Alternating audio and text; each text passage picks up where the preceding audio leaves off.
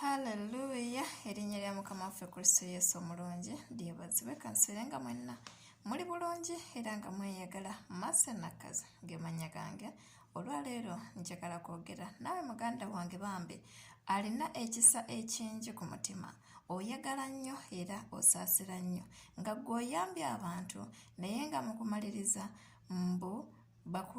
oba bakwita ku disappointing abantu abo n'ogamba bakumenya omutima, n'ogamba gundi namuyamba naye naakola bwati ne bwati naye babeera nga si bangi naye ne wabeera nga omu oba bameka nga gwe bambi mbu bakumenya omutima bw'oba tebakujjukira kenjokoze ekigambo ekyo n'ogaana ne bannange abantu tebajjukira gundi namukola bwenti ne bwenti ne bwenti naye nze ebyokuyamba bintamye nga gwe bambi byebyo ebigambo ebiri ku mutima gwo weewaawo biyinza obutabeerako leero naye nga mb'olowoozaamu gundi oli n'ogamba nti nze gundi oyo siriddamu kumuyamba olwakino n'ekino n'ekino.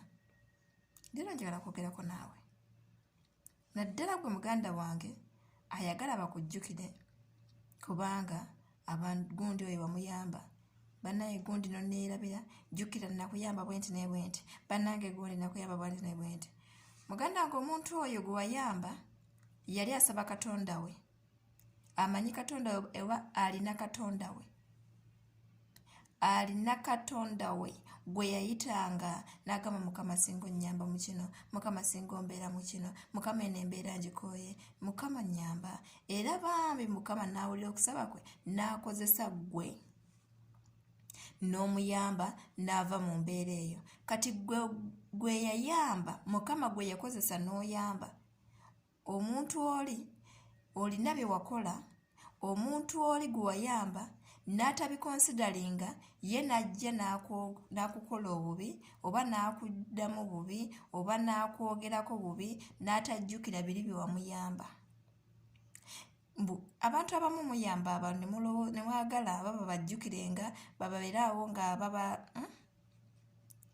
ne mufuuka oba ekinti balina kuba banaye tebaboogerako kubanga mwabayamba. Ekyo si kikulu, balina Katonda waabwe gwe babeera nga basaba n'abajjukira n'akozesa gwe n'obeera ng'omuyamba. Kati bw'oddaawo n'okikuliriza bannaye abantu temujjukira, abantu temukola batya bamikwano. Kati gwe nga gwe omuntu gwe bamenya omutima olw'okuba nti wayamba omuntu n'atakujjukira n'akudisappointinga, gwe Katonda gwe yakozesa butya bw'agenda okukusasulamu y'engeri gye weegumiikirizaamu olw'ekyo kyakumenyeemu omutima n'atakujjukira nti wamuyamba. Butya bwe weekuumyemu omutima gwo ogenze weenyumiriza oyagala akujjukire. Bwe tutyo bwe tusibwa empeera mu maaso ga Mukama kubanga abantu be tuyamba Mukama n'atukozesa, si ffe abayamba, Mukama y'atukozesa okuyamba.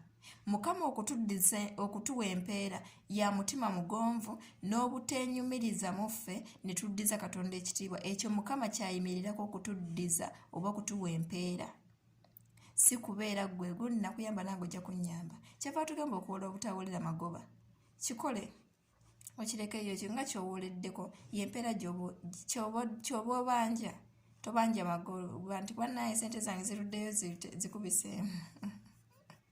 Anyway, mu Buganda wange tetuyamba bantu kubeera nti batujjukire. Tobeera nnyo disappointed kubanga omuntu oyo gw'oyambye akumenya omutima, nedda, naye ekitwale nti Mukama yankozesa ne nkujja mu buzibu. Erinnya lya Mukama lyebazibwe. Naawe osobya ate nze newankubadde onnyambye sigenda kutunuulira kiri kubanga wannyamba sigenda kukwogerako, kubanga wannyamba sigenda kukunenya, kubanga wannyamba sigenda kukola bwenti, nedda. Ekibi kyogerwako mu mbeera yonna yonna. So tulina kubeera nga twetereza bwetereza mu maaso ga Mukama. Oli ali bibye naawe oli bibyo. Katonda ali mu masekkati gammwe okusala omusango n'okubaawa buli omu nga empeera ye bweri okusinziira ku mutima gwe oba ku mirimu gy'emikono gye oba ku mirimu ku ndowooza ye. Like that, Mukama bampeera omukisa.